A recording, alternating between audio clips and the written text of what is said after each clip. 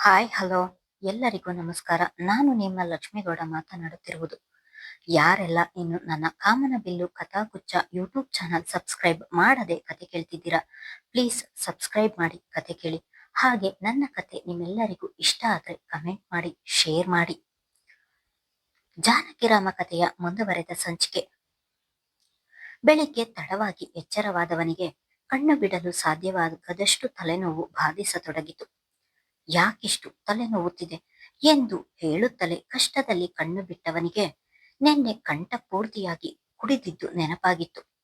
ನಿನ್ನೆ ಅಬ್ದುಲ್ ಅವರು ಮಾರುಕಟ್ಟೆಗೆ ತೆಗೆದುಕೊಂಡು ಹೋದ ಅಡಿಕೆ ವ್ಯಾಪಾರದ ಬಗ್ಗೆ ವಿಚಾರಿಸಲು ತನ್ನ ಮಗನಿಗೆ ಕರೆ ಮಾಡದೆ ಯಾರೋ ಪರಿಚಯಸ್ಥರಿಗೆ ಕರೆ ಮಾಡಿ ವಿಚಾರ ತಿಳಿದುಕೊಂಡ ವಿಷಯ ತನಗೆ ತಿಳಿದವನು ದಾರಿ ಮಧ್ಯದಲ್ಲಿ ಸಿಕ್ಕ ಒಂದು ಬಾರ್ಗೆ ಹೋಗಿ ಕಂಠ ಪೂರ್ತಿಯಾಗಿ ಕುಡಿದು ತೂರಾಡುತ್ತಲೇ ಕಾರು ಕೂಡ ಚಲಾಯಿಸಿಕೊಂಡು ಬಂದಿದ್ದು ಮಾತ್ರ ನೆನಪಾಗಿತ್ತು. ನಂತರ ಸ್ನೇಹಿತರು ಬಂದು ಕರೆದುಕೊಂಡು ಬಂದಿದ್ದು ಅವನಿಗೆ ಮುಸುಕಾಗಿ ನೆನಪಾಗುತ್ತಿತ್ತು. ಎಲ್ಲವನ್ನು ನೆನೆದವನಿಗೆ ಕೋಣೆ ಸ್ವಚ್ಛ ಮಾಡುತ್ತಿದ್ದ ಜಾನಕಿ ಕಂಡಿದ್ದಳು. ಛೇ, ಜೀವನದಲ್ಲಿ ಮೊದಲ ಬಾರಿಗೆ ಕುಡಿದೆ. ಇದರಿಂದ ಜಾನಕಿ ನನ್ನ ಬಗ್ಗೆ ಏನು ತಿಳಿದುಕೊಂಡಳೋ ಗೊತ್ತಿಲ್ಲ ಎಂದುಕೊಂಡವನು ಹೊದ್ದಿದ್ದ ಹುದುಪನ್ನು ಸರಿಸಿ ಮೇಲೆ ಏಳಲು ನೋಡಿದರೆ ಮೈ ಮೇಲೆ ಒಳ ಉಡುಪು ಒಂದನ್ನು ಬಿಟ್ಟು ಬೇರೆ ಯಾವ ಬಟ್ಟೆಯೂ ಇಲ್ಲದಿರುವುದನ್ನು ನೋಡಿ ಹೌಹಾರಿದನು. ಮೊದಲೇ ನೋಯುತ್ತಿದ್ದ ತಲೆನೋವು ಅವನ ಅವತಾರ ನೋಡಿಕೊಂಡು ಇನ್ನೂ ಹೆಚ್ಚಾಗಿತ್ತು. ಜಾನಕಿ, ನನ್ನ ಬಟ್ಟೆ ತೆಗೆದವರು ಯಾರು ಎಂದು ಅಂಜಿಕೆಯಲ್ಲಿಯೇ ಕೇಳಿದ. ಅವನ ಪ್ರಶ್ನೆಗೆ ಕಕ್ಕಾಬಿಕ್ಕಿಯಾದವಳು ಅವನೆಡೆಗೆ ತಿರುಗದೆ ನಾನೇ ತೆಗೆದೆ ಎಂದು ಹೇಳಿದವಳು ಅವನು ವಾಂತಿ ಮಾಡಿದ ವಿಷಯವನ್ನು ಮುಚ್ಚಿಟ್ಟಳು. ಜಾನಕಿ ಅಲ್ಲಿಯೇ ಇದ್ದಿದ್ದರಿಂದ ಹೊದುಪನ್ನು ಸರಿಸಿ ಮೇಲೆ ಏಳಲು ನಾಚಿಕೆಯಾದಂತಾಗಿ ಮೈ ತುಂಬ ಸರಿಯಾಗಿ ಹೊದುಪನ್ನು ಹೊದ್ದು ಹಾಗೆ ಮಲಗಿದವನ ಪಕ್ಕದಲ್ಲಿಯೇ ಇದ್ದ ಮೊಬೈಲ್ ಸದ್ದು ಮಾಡಿತು. ರಾತ್ರಿ ಚಾರ್ಜರ್ ಹಾಕಿದವಳು ಬೆಳಿಗ್ಗೆ ಮೊಬೈಲ್ ಸ್ವಿಚ್ ಆನ್ ಮಾಡಿ ಅವನು ಮಲಗಿದ್ದ ಪಕ್ಕವೇ ಇರಿಸಿದ್ದಳು. ಮೊಬೈಲ್ ತೆರೆದವನಿಗೆ ವಾಟ್ಸಾಪ್ನಲ್ಲಿ ದಾನಿಯ ಮೆಸೇಜ್ ಮಾಡಿರುವುದು ಕಾಣಿಸುತ್ತಿದ್ದ ಹಾಗೆ ಯಾವುದೋ ವಿಡಿಯೋ ಕಳಿಸಿದ್ದಾಳೆ ಎಂದುಕೊಂಡು ಅದನ್ನು ಓಪನ್ ಮಾಡಿದ. ಅದರಲ್ಲಿ ಸ್ನೇಹಿತರು ತಮ್ಮ ಹೆಗಲ ಆಸರೆ ನೀಡಿ ಮನೆಗೆ ಕರೆತಂದು ಅವನನ್ನು ಜಾನಕಿಗೆ ಒಪ್ಪಿಸಿದ್ದು, ಜಾನಕಿ ಅವನನ್ನು ಹಿಡಿದು ತನ್ನ ಶರೀರದ ಭಾರವನ್ನೆಲ್ಲ ಜಾನಕಿಯ ಮೇಲೆ ಬಿಟ್ಟರೂ ಸಹ ಮುಖದಲ್ಲಿ ಸ್ವಲ್ಪವೂ ಬೇಸರವನ್ನು ತೋರಿಸದೆ ಅವನನ್ನು ಜೋಪಾನವಾಗಿ ಮೆಟ್ಟಿಲಿನಲ್ಲಿಯೇ ಮೇಲೆ ಕರೆದುಕೊಂಡು ಹೋಗಿದ್ದನ್ನು ನೋಡಿದವನಿಗೆ ಎದೆಯಲ್ಲಿ 100 ಭಾವನೆ ಒಂದೇ ಬಾರಿಗೆ ಉದಯಿಸಿದಂತಾಗಿತ್ತು. ನಂತರ ದಾನಿಯ ವಿಡಿಯೋ ಮಾಡಬೇಡ ಎಂದರು ಮಾಡುತ್ತಿದ್ದೀಯ, ನಿನಗೆ ಒಮ್ಮೆ ಹೇಳಿದ್ದು ಅರ್ಥವಾಗುವುದಿಲ್ಲವಾ ಎನ್ನುವ ಜಾನಕಿಯ ಮಾತು ಮೊಬೈಲ್ ಮೂಲಕ ಜಾನಕಿಯ ಕಿವಿಗೂ ಮತ್ತೊಮ್ಮೆ ಬಿದ್ದು ಆ ವಿಡಿಯೋವನ್ನು ದಾನಿಯ ಆಗಲೇ ಮಹಾನನ ಮೊಬೈಲಿಗೆ ಕಳಿಸಿದ್ದಾಳೆ ಎಂದು ತಿಳಿದು ಹೋಗಿತ್ತು ಜಾನಕಿಗೆ. ಇನ್ನು ತಾನೇ ವಾಂತಿ ಮಾಡಿದ್ದನ್ನು ನೋಡಿದವನಿಗೆ ತನಗೆ ಅಸಹ್ಯವೆನಿಸಿತು. ತನ್ನ ಬಟ್ಟೆಯನ್ನು ಜಾನಕಿ ಯಾಕೆ ತೆಗೆದಳು ಎಂಬ ಪ್ರಶ್ನೆಗೆ ಈಗ ಉತ್ತರ ಸಿಕ್ಕಿತು ಅವನಿಗೆ. ಇನ್ನು ದಾನಿಯ ಛೀ ವ್ಯಾ ಎಂದು ಮುಖ ಸಿಂಡರಿಸಿ ವಿಡಿಯೋ ಆಫ್ ಮಾಡಿ ಅಲ್ಲಿಂದ ಹೋಗಿದ್ದು ನೋಡಿದವನಿಗೆ ಒಡ ಹುಟ್ಟಿದವಳೆ ನನ್ನನ್ನು ನೋಡಿ ಹೇಸಿಗೆ ಪಟ್ಟಿಕೊಂಡು ಹೋಗಿದ್ದಾಳೆ. ಅಂಥದ್ರಲ್ಲಿ ನಮ್ಮಿಬ್ಬರ ಮಧ್ಯ ಯಾವ ಸಂಬಂಧವೂ ಇಲ್ಲದಿದ್ದರೂ ನನ್ನ ಮೇಲೆ ಕೋಪ ಮಾಡಿಕೊಳ್ಳದೆ ಅಸಹ್ಯ ಪಟ್ಟುಕೊಳ್ಳದೆ ಎಲ್ಲವನ್ನು ಸ್ವಚ್ಛ ಮಾಡಿದ್ದಾಳೆ. ಜಾನಕಿ, ಅದೆಷ್ಟು ಸಹನಾ ಮೂರ್ತಿ ನೀನು ಎಂದುಕೊಂಡವನಿಗೆ ಹೆಂಡತಿಯ ಮೇಲೆ ಹೆಮ್ಮೆಯ ಭಾವ ಮೂಡಿತು. ಅಲ್ಲದೆ ರಾತ್ರಿ ತನ್ನಿಂದ ಆದ ಪ್ರಮಾದಕ್ಕೆ ಬಹಳವೇ ಬೇಜಾರಾಗಿತ್ತು ಅವನಿಗೆ. ತನ್ನಿಂದ ಜಾನಕಿಗೆ ರಾತ್ರಿ ತುಂಬಾ ಕಷ್ಟವಾಗಿದೆ ಎಂದು ಯೋಚಿಸಿದವನು ನನ್ನನ್ನು ಕ್ಷಮಿಸು ಜಾನಕಿ ಎಂದು ಕೆಲಸ ಮುಗಿಸಿ ಸೋಫಾ ಮೇಲೆ ಕುಳಿತ ಜಾನಕಿಯನ್ನು ನೋಡಿಕೊಂಡು ಹೇಳಿದನು. ಕ್ಷಮೆ ಯಾಕೆ ಎಂದಳು ತಕ್ಷಣಕ್ಕೆ. ರಾತ್ರಿ ನಿನಗೆ ತುಂಬಾ ಕೆಲಸ ನೀಡಿದ್ದೇನೆ, ಕುಡಿದು ಬಂದಿದ್ದಲ್ಲದೆ ನಿನ್ನ ಮೇಲೆ ಎಂದು ಅಲ್ಲಿಗೆ ಮಾತು ನಿಲ್ಲಿಸಿದನು. ಮೈ ಮೇಲೆ ಪ್ರಜ್ಞೆ ಇಲ್ಲದಷ್ಟು ಕುಡಿಯುವಂಥದ್ದು ಏನಾಗಿತ್ತು? ಮದ್ಯಪಾನ ಆರೋಗ್ಯಕ್ಕೆ ಒಳ್ಳೆಯದಲ್ಲ ಎಂದು ತಿಳಿದಿದ್ದರೂ ಸಹ ಹೊಟ್ಟೆಗೆ ಊಟ ಕೂಡ ತಿನ್ನದೆ ಹೀಗೆ ಹೊಟ್ಟೆಯ ತುಂಬಾ ಮದ್ಯ ಕುಡಿದರೆ ಆರೋಗ್ಯ ಏನಾಗ್ಬೇಕು? ಅಲ್ಲದೆ ನಾನು ನೋಡಿದ್ದಕ್ಕೆ ಸರಿ ಹೋಯ್ತು, ಇಲ್ಲದಿದ್ದರೆ ಮನೆಯಲ್ಲಿ ಬೇರೆ ಯಾರಾದ್ರೂ ನೋಡಿದ್ರೆ ನಿನ್ನ ಬಗ್ಗೆ ಏನು ತಿಳಿದುಕೊಳ್ಳುತ್ತಿದ್ದರು ಎಂದು ಅವನ ಮುಂದೆ ಬಂದು ಹೇಳಿದಳು. ಜಾನಕಿ ಆಗ್ಲೇ ನಿನ್ನೆ ಅವನ ಮೇಲೆ ಇದ್ದ ಬೇಸರವನ್ನೆಲ್ಲ ಮರೆತು ಬಿಟ್ಟಿದ್ದಳು. ಅವನ ಮಾತಿಗೆ ಏನು ಉತ್ತರಿಸುವುದು ಎಂದು ತೋಚದೆ ಅದು ಎಂದು ತಡವರಿಸುತ್ತಿದ್ದವನನ್ನು ತಡೆದವಳು, ನೀನು ಏನು ಹೇಳುವುದು ಬೇಡ, ಮೊದಲು ದಾನಿಯಾಳಿಗೆ ಕರೆ ಮಾಡಿ ಫೋನ್ ತೆಗೆದುಕೊಂಡು ಬರಲು ಹೇಳು ಎಂದಳು ಗಂಭೀರವಾಗಿ. ಜಾನಕಿ ಹೇಳಿದ ಹಾಗೆಯೇ ಕರೆ ಮಾಡಿದವನು ದಾನಿಯಾಳನ್ನು ಕೋಣೆಗೆ ಬರ ಹೇಳಿದವನು ಮೈ ಮೇಲಿದ್ದ ರಗ್ಗನ್ನು ಮಾತ್ರ ಸರಿಸಿರಲಿಲ್ಲ. ತನ್ನ ಅಣ್ಣ ಕರೆ ಮಾಡಿದ್ದಾನೆ ಎಂದು 2 ನಿಮಿಷಕ್ಕೆ ಅವನ ಕೋಣೆಗೆ ಬಂದವಳು, ಏನು ಅಣ್ಣ ಎಂದು ಖುಷಿಯಲ್ಲಿಯೇ ಕೇಳಿದಳು. ದಾನಿಯಾಳ ಬಳಿ ರೆಹಮಾನ್ ಮಾತನಾಡುವ ಮೊದಲೇ, ನಿನ್ನ ಫೋನ್ ಕೊಡು ಎಂದು ಅವಳ ಮುಂದೆ ನಿಂತು ಕೈ ಚಾಚಿದಳು ಜಾನಕಿ. ನನ್ನ ಫೋನ್ ನಿನಗೆ ಯಾಕೆ, ನಾನು ಕೊಡುವುದಿಲ್ಲ ಎಂದಳು. ದಾನಿಯಾ, ನನಗೆ ಕೋಪ ಬರಿಸ್ಬೇಡ. ನಾನು ಮಾತನಾಡುತ್ತಿರುವ ಕನ್ನಡ ನಿನಗೆ ಅರ್ಥ ಆಗುತ್ತೆ ಎಂದು ತಿಳಿದಿದ್ದೇನೆ. ಫೋನ್ ಕೊಟ್ರೆ ಸರಿ ಎಂದು ಕೋಪದಲ್ಲಿ ಹೇಳಿದಳು. ಜಾನಕಿಯ ಮಾತಿಗೆ ದಾನಿಯಾಳ ಕಣ್ಣು ತನ್ನ ಅಣ್ಣನ ಕಡೆಗೆ ಹೊರಳಿಸಿದಳು. ತನ್ನ ಅಣ್ಣ ಏನಾದ್ರೂ ಮಾತನಾಡುವ ಎಂದು ಕಾಯುತ್ತಿದ್ದಳು. ಆದ್ರೆ ರೆಹಮಾನ್ ಮಾತ್ರ ಮಲಗಿದ್ದಲ್ಲಿಂದ ಬಾಯಿ ಬಿಡಲಿಲ್ಲ.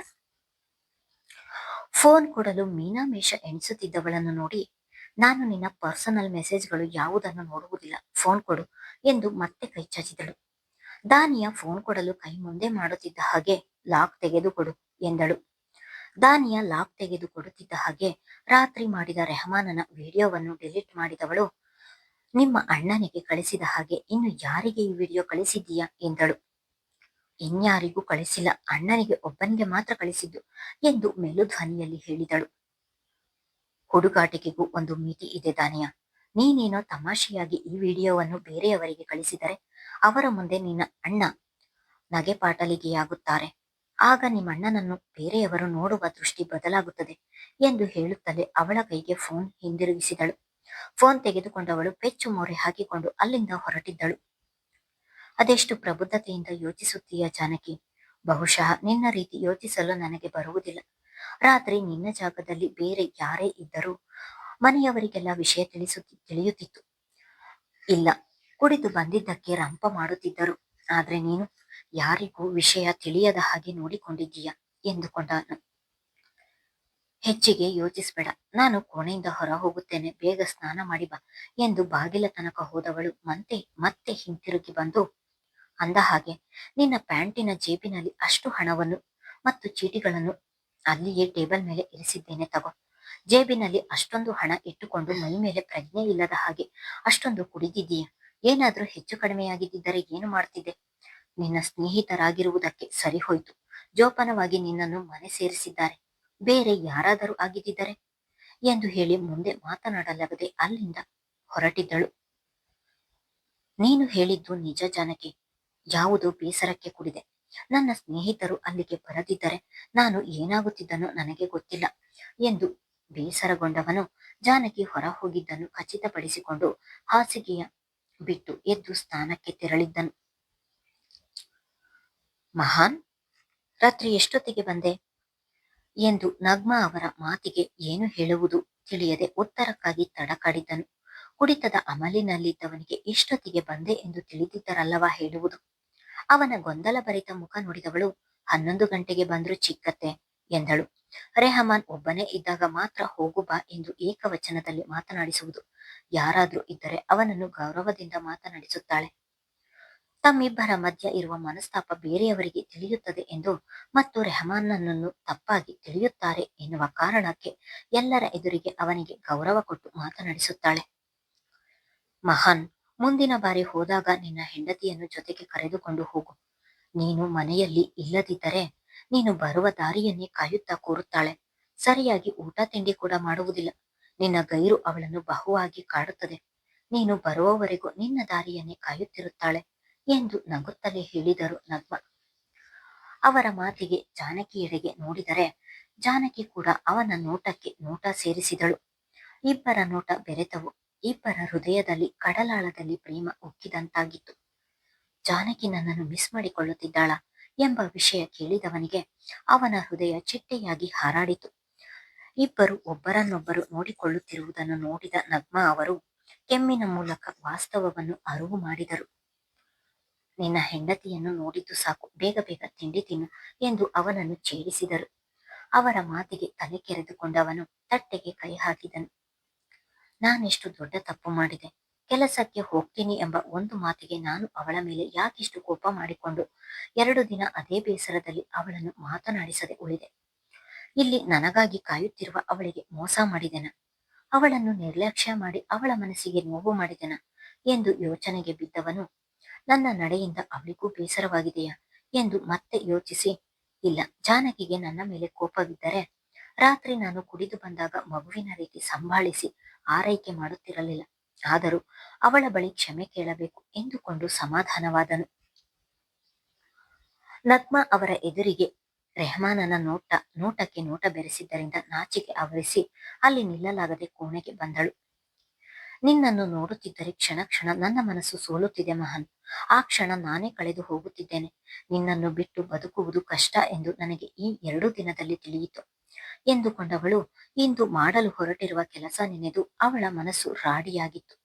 ತನ್ನ ಸರ್ವಸ್ವವನ್ನು ಕಳೆದುಕೊಂಡ ಭಾವ ಅವಳಲ್ಲಿ ಮೂಡಿ ಕಣ್ಣು ಕೊಳಗಳಾದವು.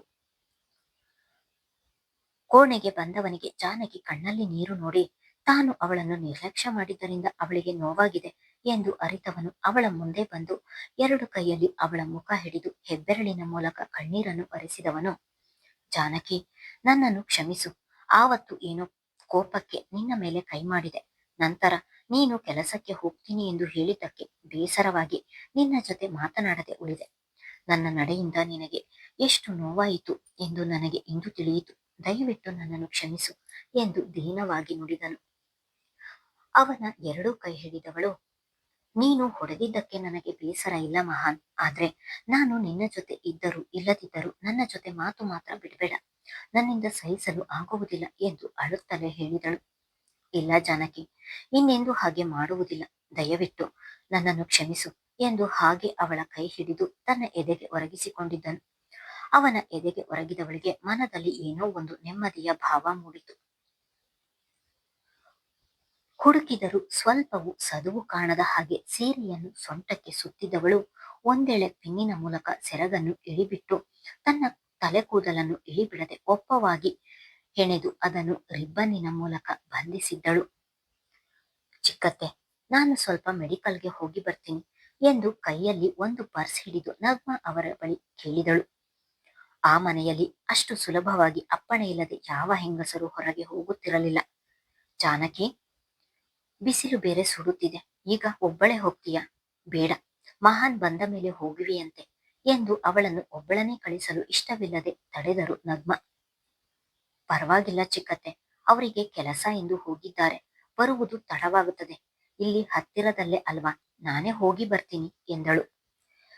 ಜಾನಕಿ ಅಷ್ಟು ಹೇಳಿದ ಮೇಲೆ ಬೇಡ ಎನ್ನಲು ಮನಸ್ಸಾಗದೆ, ಸರಿ ಆಯ್ತು, ಬೇಗ ಹೋಗಿ ಬಾ ಎಂದರು. ಇವತ್ತು ಡ್ಯಾಡ್ ಮತ್ತೆ ಚಿಕ್ಕು ಅಡಿಕೆ ಕಣದ ಬಳಿ ಹೋಗುತ್ತಿದ್ದಾರೆ. ಅದಕ್ಕೆ ನಾನು ಮರದ ಮಿಲ್ಲಿನ ಬಳಿ ಸ್ವಲ್ಪ ಕೆಲಸ ಇದೆ, ಅಲ್ಲಿಗೆ ಹೋಗ್ತೀನಿ ಎಂದು ರೆಹಮಾನ್ ಹೇಳಿದ ಮಾತನ್ನು ಮನನ ಮಾಡಿಕೊಂಡವಳು ಮೊದಲ ಬಾರಿಗೆ ಮಾವನ ಬಳಿ ಮಾತನಾಡಬೇಕು ಎಂದು ನಗ್ಮಾ ಅವರಿಗೆ ಸುಳ್ಳು ಹೇಳಿ ಅಡಿಕೆ ಕಣದ ಬಳಿ ಬಂದಿದ್ದಳು ಜಾನಕಿ. ಅಣ್ಣ, ಅದು ಜಾನಕಿ ಅಲ್ವಾ? ಅವಳು ಯಾಕೆ ಈ ಬಿಸಿಲಿನಲ್ಲಿ ಇಲ್ಲಿಗೆ ಬರ್ತಿದ್ದಾಳೆ ಎಂದು ಪಕ್ಕದಲ್ಲಿಯೇ ಕುಳಿತಿದ್ದ ಅಬ್ದುಲ್ ಅವರಿಗೆ ರಫೀಕ್ ಅವರು ಹೇಳಿದರು. ಮುಂದುವರಿಯುವುದು. ಧನ್ಯವಾದಗಳು.